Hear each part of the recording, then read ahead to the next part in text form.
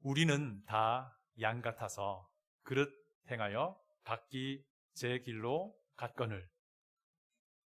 이사야서 53장의 성경 구절입니다. 여러분 기억하시는 분도 암송하시는 분도 있을 겁니다.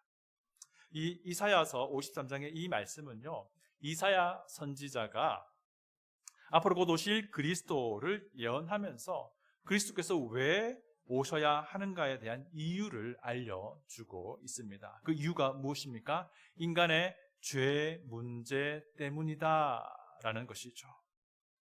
그릇 행하여 각기 제 길로 갔거늘.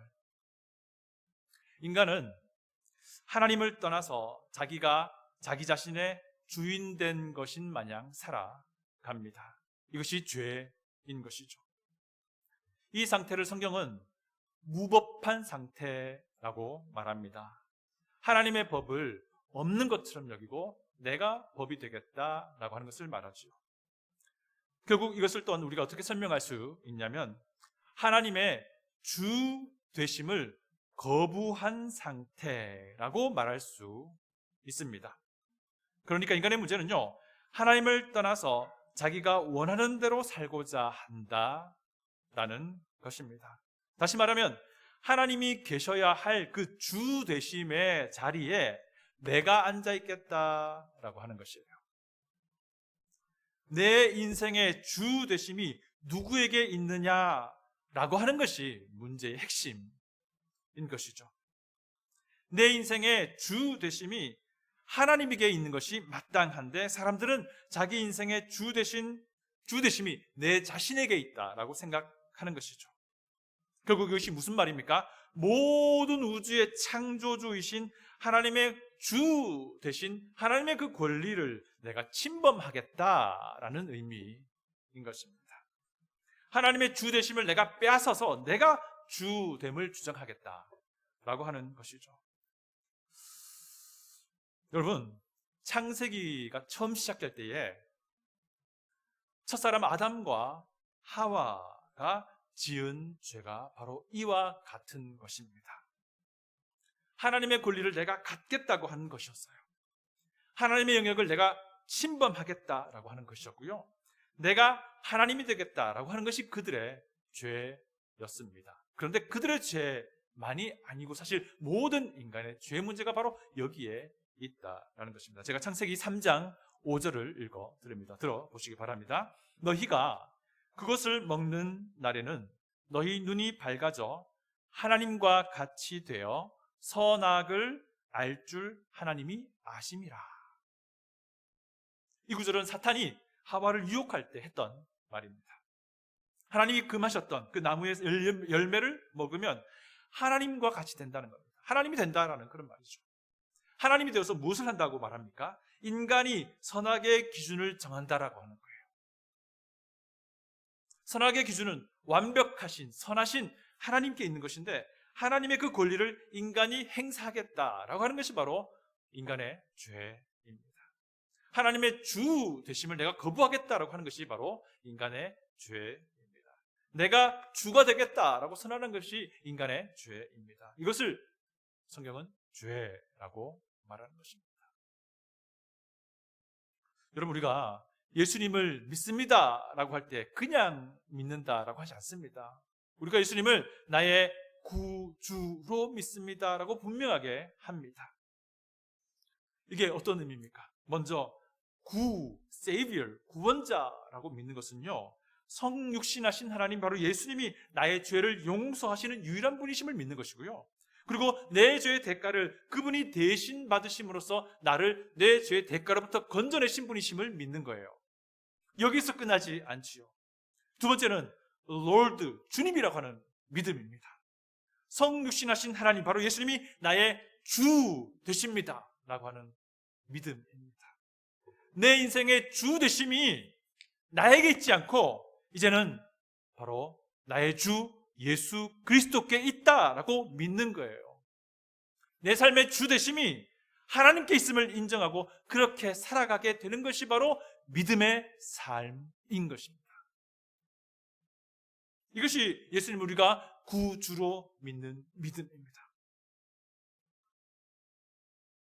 여러분의 삶에 주 되심이 누구에게 있습니까? 여러분에게 가장 가치 있고 존귀한 것이 과연 무엇이냐라는 질문입니다. 여러분, 우리가 구원받았다라고 하는 것은요, 내 삶의 주 되심의 주체가 분명하게 바뀌었다라는 것을 말합니다. 이런 생각을 가지고 우리는 우리 자신에게 계속 질문합니다. 나는 정말 구원받은 하나님의 사람인가? 이것이 무슨 의미라고요? 내 삶의 주 되심이 내게 아니라 하나님께 있음을 믿느냐? 라는 그 질문입니다. 내 삶을 움직이는 주체가 누구냐? 무엇이냐? 하는 문제인 것이죠. 오늘은 창세기 강의 마지막 시간입니다. 창세기를 마무리하면서 이 요셉의 마지막 이 이야기를 언급하지 않을 수 없습니다. 저는 개인적으로 창세기를 읽을 때마다 이 부분을 읽게 되면 항상 마음이 뭉클하는데요. 그러나 이 본문을 제가 언급하지 않을 수 없는 진짜 이유는요, 이 본문이 창세기 처음 부분과 대조를 이루면서요, 창세기를 전체를 관통하는 하나의 주제가 되기 때문입니다. 여러분 잘 생각해 보세요. 창세기가 문이 열릴 때에 아담과 하와는 하나님의 주 되심을 침범한 사람이 됩니다. 그런데 창세기 문을 닫으면서 요셉은 하나님의 주 되심을 끝까지 지키는 사람으로 묘사됩니다. 그것이 요셉이 오늘 본문에서 한 말 안에 그대로 투영되어 있습니다. 내가 하나님을 대신하리까. 바로 이 말 안에 이것이 고스란히 들어 있습니다. 오늘 이 본문은요, 야곱의 장례식 직후의 이야기를 담고 있습니다. 야곱은 사실 이미 죽기 전에 여러 차례 걸쳐서 유언을 남깁니다. 그 유언의 내용이 무엇이었죠? 내가 죽으면 내 시신을, 내 몸을 애굽 땅이 아니라 가나안 땅에 묻으라는 것입니다. 이 유언에 따라서 야곱의 아들들은 아버지 시신을 가나안 땅에 장례 지냅니다. 장례를 마치고 다시 이제 애굽으로 돌아옵니다. 애굽으로 돌아왔을 때에 요셉의 형들이 과거의 일을 곰곰이 생각합니다. 과거에 어떤 일이 벌어졌습니까? 형들은 요셉을 아주 미워했고 증오했고 특히 아버지 야곱의 사랑을 독차지한 그 모습을 보기 싫어했습니다. 혼자만 채색 옷을 입고 나머지는 전부 다 일할 수 있는 옷을 입고 있는 그런 상황에서 형들은 동생을 죽이려고 했습니다. 그렇지만 하나님의 간섭으로 인해서 죽지 않고 요셉은 어떻게 됩니까? 애굽으로 노예로 팔리게 됩니다. 그때 요셉의 나이가 17세였어요. 그 당시에 17세면 이제 어른이 되는 나이입니다. 이제 어른으로서 이 삶을, 자기 인생을 이제 개척해 나가야 될 그런 아주 꿈 많은 시기인데 그는 노예로 팔려갑니다. 그리고 그곳에서 억울한 노예 종살이 하고요. 또 심지어 억울한 감옥살이까지 합니다. 자, 그렇게 이제 시간이 흘러왔던 것이죠. 자, 그런데 형들 생각에 이제 보호막이 되던 아버지 야곱이 사라진 거예요. 이제 우리 아버지가 없으니까, 야곱이 없으니까 이 요셉에게는 거칠 것이 없겠구나라는 생각을 이제 한 것이죠. 더군다나 요셉은 애굽에서 어떤 지위를 가지고 있었습니까? 총리였습니다. 이 말은 그가 원하면 모든 것을 할 수 있다라는 것이었어요. 아마도 제 생각엔 가나안에서 그 장례를 치르고 애굽으로 돌아오는 길에 형들의 마음은 정말 애간장이 탔을 것 같아요. 그리고 심지어 아주 근심하며 동생의 그 표정을 이리저리 살피지 않았을까 싶습니다. 15절을 보면 이것을 우리가 유추할 수 있습니다. 15절을 제가 읽어드립니다. 요셉의 형제들이 그들의 아버지가 죽었음을 보고 말하되 요셉이 혹시 우리를 미워하여 우리가 그에게 행한 모든 악을 다 갚지나 아니할까 하고 너무 두려웠던 나머지 형들은 한 가지 계획을 세우죠. 요셉에게 사람을 보냅니다. 그리고는 생전에 아버지가 하셨던 말씀을 자기 동생 요셉에게 리마인드해 보고자 합니다. 사실 실제로 자기 아버지 야곱이 이 말을 했는지 안 했는지 싫지는 않습니다. 어쨌든 그 내용이 16절, 17절에 나옵니다. 요셉에게 말을 전하여 이르되 당신의 아버지가 돌아가시기 전에 명령하여 이르시기를 너희는 이같이 요셉에게 이르라. 내 형들이 내게 악을 행하였을지라도 이제 바라건대 그들의 허물과 죄를 용서하라 하셨나니 당신 아버지의 하나님의 종들인 우리 죄를 이제 용서하소서 하매 요셉이 그들이 그에게 하는 말을 들을 때에 울었더라. 그게 무슨 내용입니까? 사람을 보내가지고 아버지가 돌아가시기 전에 한 말씀이 있는데 그건 동생 아우 당신을 위한 겁니다. 그 말인즉슨 요셉아 네 형들을 이제 용서해라 라고 하는 것입니다. 그러니까 우리를 좀 용서해 주세요. 하나님의 종들인 우리를 용서해 주세요 라는 말을 전한 거예요. 그런데 요셉은 그 말을 전해 들으면서 어떤 반응을 합니까? 웁니다. 슬퍼합니다. 이 눈물이 과연 어떤 의미였을까요? 아마도 어쩌면 이럴 수도 있겠습니다. 자기가 겪었던 그 질곡의 세월을 기억하면서 흘리는 눈물일 수도 있죠. 얼마나 분통 터지는 일입니까? 억울하게 미움을 당해서 죽을 위기도 겪었고 억울하게 미움을 당해서 애굽으로 노예로 팔려갔고 억울하게 그곳에서 감옥살이도 살고 막 이런 질곡이 많았던 그 자기 인생을 기억하면서 흘리는 눈물일 수도 있습니다. 그런데 진짜 이 눈물의 의미는요, 이것일 거예요. 이미 용서받은 그들이, 이미 용서받은 형들이 이 요셉의 용서를 믿지 못하고 있다는 것, 그것에 대한 슬픔의 눈물입니다. 요셉은 이미 형들을 용서했어요. 형들이 대기근 때문에 양식을 구하기 위해 애굽으로 왔었지 않습니까? 여러 차례 왔다 갔다 했는데 마지막에 이미 그들을 요셉은 용서했습니다. 그들이 마지막에 왔을 때에 요셉이 자기가 누군지 밝혔잖아요. 그때도 사실 형들은 두려워했습니다. 왜 그렇습니까? 요셉이 자기네들이 미워하고 자기네들이 죽으려고 했고 자기네들이 팔아버린 요셉이 아니 애굽의 총리가 되어 있으니 두렵지요. 무섭지요. 그런데 요셉은 그 당시 오히려 형들을 오늘 본문처럼 위로하고 안심시켜요. 이미 용서했다는 것을 알려주는 메시지인 것이죠. 제가 창세기 45장 5절, 7절, 8절을 읽어드릴게요. 한번 들어보십시오. 창세기 45장의 내용입니다. 이것은 요셉이 형들과 처음 만났을 때 그때 이야기인 것이죠. 당신들이 나를 이곳에 팔았다고 해서 근심하지 마소서, 한탄하지 마소서. 하나님이 생명을 구원하시려고 나를 당신들보다 먼저 보내셨나이다. 7절입니다. 하나님이 큰 구원으로 당신들의 생명을 보존하고 당신들의 후손을 세상에 두시려고 나를 당신들보다 먼저 보내셨나니 그런즉 나를 이리로 보낸 이는 당신들이 아니요 하나님이시라. 요셉은 형들이 양식을 구하기 위해 애굽을 왔다 갔다 하는 그 과정 속에서 분명히 보았습니다. 형들이 과거에는 상상도 하지 못했을 법한 상황이 벌어진 것을 압니다. 형들이 자기들이 죄를 지었다는 것을 분명히 알고 있다는 것을 눈치챘고요. 그리고 그들의 삶에 어느 정도 변화가 있다는 것도 눈치챘습니다. 그래서 요셉은요, 형들에게 이렇게 말한 겁니다. 나에게 닥친 이 모든 일들이 하나님에 의해 이루어진 것이다 라고 말하면서 오히려 형들을 위로하는 것이죠. 그리고 가나안으로 돌아가서 아버지 야곱도 모시고 오라 라고 말하면서 형들을 위로합니다. 자기 동생 베냐민을 껴안고 눈물을 흘립니다. 자기를 그렇게 미워했고 죽이려 했던 그 형들과도 잊지 않고 호응하면서 눈물을 흘리며 키스합니다. 이게 무엇이겠습니까? 이미 이때 형들을 요셉은 용서한 거예요.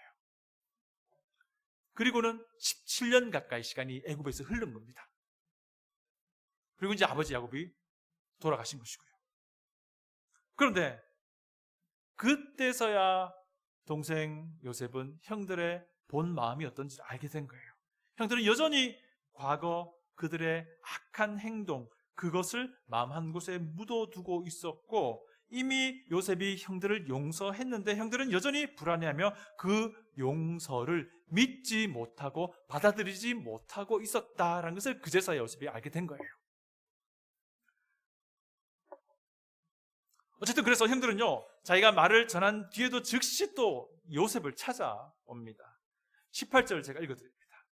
그의 형들이 또 친히 와서 요셉의 앞에 엎드려 이르되 우리는 당신들의 종들이니다.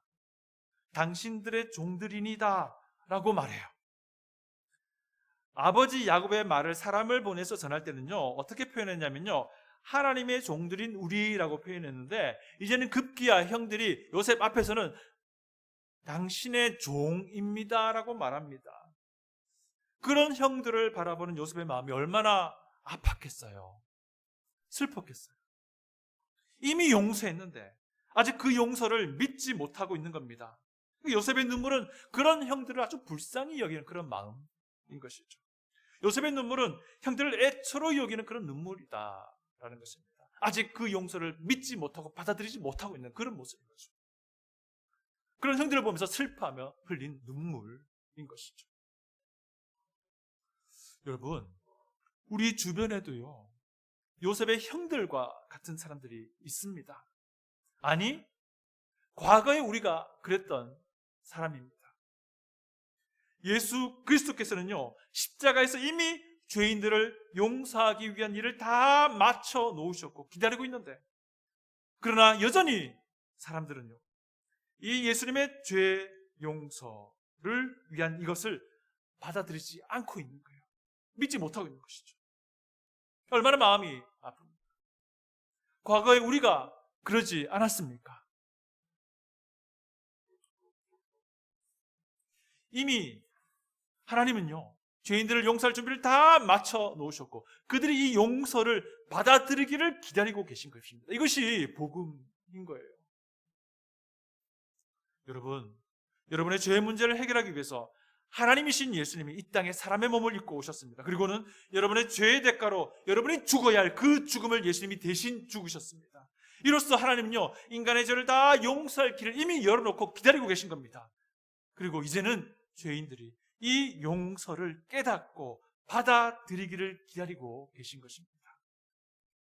이제는 죄인된 인간이 자신이 죄인됨을 인정하고 자신의 죄에 대한 용서를 하나님께 구하며 예수 그리스도를 구주로 믿음으로써 하나님의 자녀가 되는 것입니다. 이것이 복음 아닙니까? 그런데 사람들은 이 용서를 받아들이지 못하고 믿지 못하는 것입니다. 여러분, 우리 주변을 잘 살펴보세요. 여러분의 삶의 곳곳에서요, 이런 사람들을 많이 보게 될 겁니다. 아니, 여러분 옆에 앉아있는 그런 많은 사람들이 있음을 보게 될 겁니다. 그런 그들을 보면서 우리는요, 요셉이 그랬던 것처럼 슬퍼하며 그런 그들을 위해서 눈물을 흘릴 수 있어야 됩니다. 그들의 구원을 위해서 기도할 수 있어야 한다는 것입니다.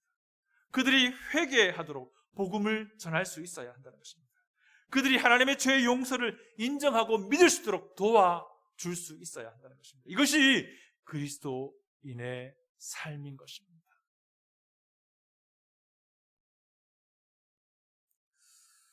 그런 안타까운 형들을 바라보면서 드디어 요셉이 한마디 꺼냅니다. 그런데 그 말은요, 형, 내가 이미 용서했어 라는 월딩이 아니었어요. 다 같이 우리 19절을 읽어보겠습니다. 다 같이 19절을 읽어봅니다. 시작.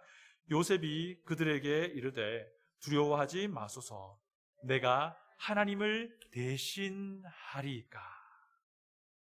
요셉이 꺼낸 말은요, 나는 하나님을 대신할 수 없습니다 였습니다. 이 말은요, 요셉의 인생 전체에 걸친 신앙 고백입니다. 어쩌면 성경 전체를 통해서 가장 위대한 신앙 고백 중 하나가 아닌가 저는 생각합니다. 왜냐하면 요셉에게 이 신앙이 있었기 때문에 형들을 이미 용서한 것이기 때문입니다. 이것은요, 어떤 의미냐면 나는 하나님의 권리를 침범하지 않습니다 라는 말입니다. 나는 하나님의 그 뜻을 거스르지 않습니다 라는 고백입니다. 나의 주 되심은 내가 아니라 하나님이십니다 라는 고백이기 때문에 그렇습니다. 그래서 우선적으로 이 말은요, 원수 갚는 것은 내 몫이 아니라 하나님의 몫입니다라는 것을 말합니다. 이건 역시 하나님의 권리를 내가 침범하지 않습니다라는 뜻이겠죠. 19절 다시 보면요, 요셉이 그들에게 이르되 두려워하지 마소서, 내가 하나님을 대신하리까. 그래서 요셉은요, 형들에게 두려워하지 말라고 하셨던 것입니다. 내가 형들의 죄에 대해 심판할 수 없습니다. 왜? 원수 갚는 것은, 심판은 하나님의 영역이기 때문입니다. 요셉은요, 이 부분만큼은 하나님의 영역입니다 라는 것을 분명히 밝힌 거예요. 자신의 신앙 고백인 거예요. 하나님의 권리를 내가 침범하지 않습니다 라는 것을 분명히 밝힌 것입니다. 내가 하나님이 아니기 때문에 라는 거죠. 또 이 말은요, 하나님의 섭리를 인정하는 말이에요. 요셉이 고생을 하게 된 것도요, 형들이 요셉을 해치려고 한 것도요, 대기근이 벌어진 것도요, 기적적으로 가족 상봉이 일어난 것도, 이 모든 것들이 무엇을 위해서? 하나님이 야곱 가족을 구원하시고 그들을 살리기 위한 하나님의 뜻이었고 하나님의 섭리였다는 것을 말해주는 거예요. 20절 우리 다 같이 한번 읽어볼까요? 20절입니다. 시작. 당신들은 나를 해하려 하였으나 하나님은 그것을 선으로 바꾸사 오늘과 같이 많은 백성의 생명을 구원하게 하시려 하셨나니. 요셉은요, 애굽에서 막강한 권력을 지니고 있었습니다. 그래서 형들을 해칠 수도 있지만 그러지 않았습니다. 왜? 형들을 살려내는 것이 하나님의 뜻이었음을 알기 때문에 그래요. 그래서 형들을 용서하는 것이 마땅한 거예요.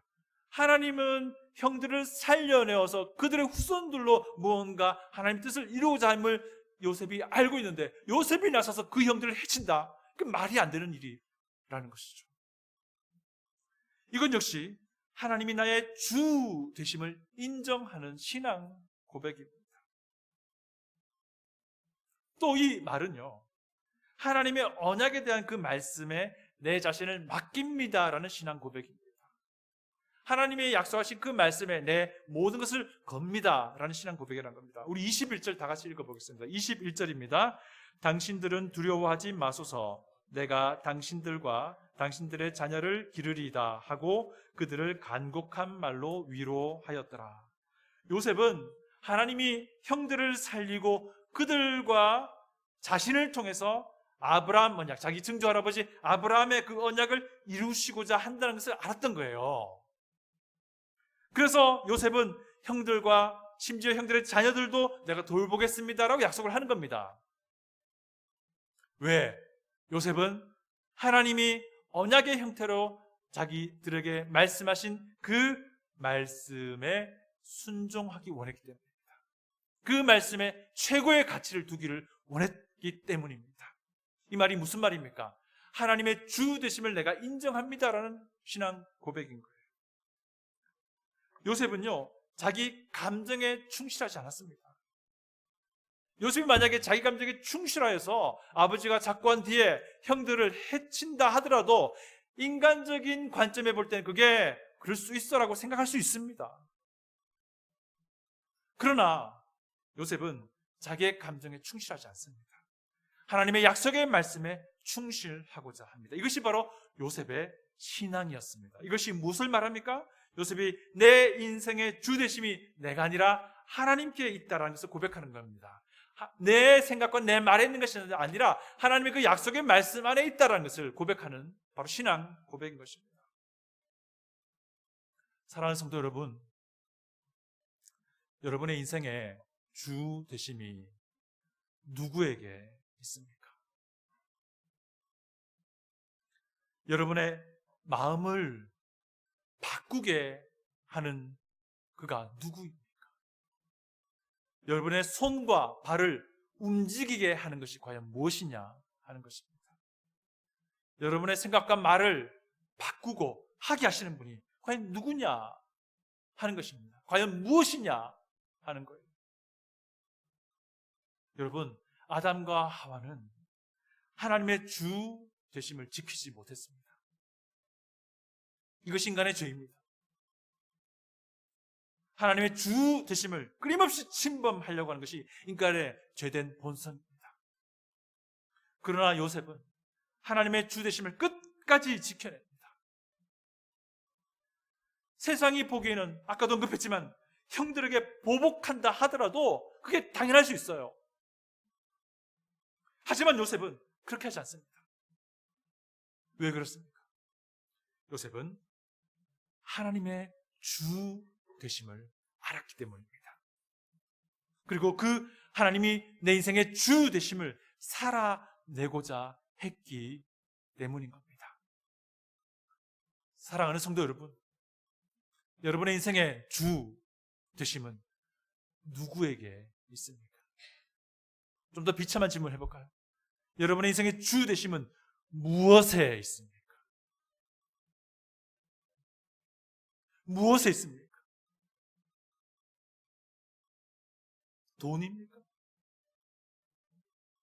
내 감정입니까? 내 기쁨입니까? 내가 원하는 바가 이루어져야만 하는 그런 마음입니까? 사람들 앞에 드러나고자 하는 그런 마음입니까? 여러분의 주가 누구이십니까? 여러분 자신입니까? 아니면 온 우주를 창조하시고 자신의 아들을 아낌없이 우리에게 내어주시기까지 사랑하신 하나님이십니까? 우리의 주 되신 우리의 하나님이 될 수 있기를 축복합니다. 다 같이 기도하겠습니다.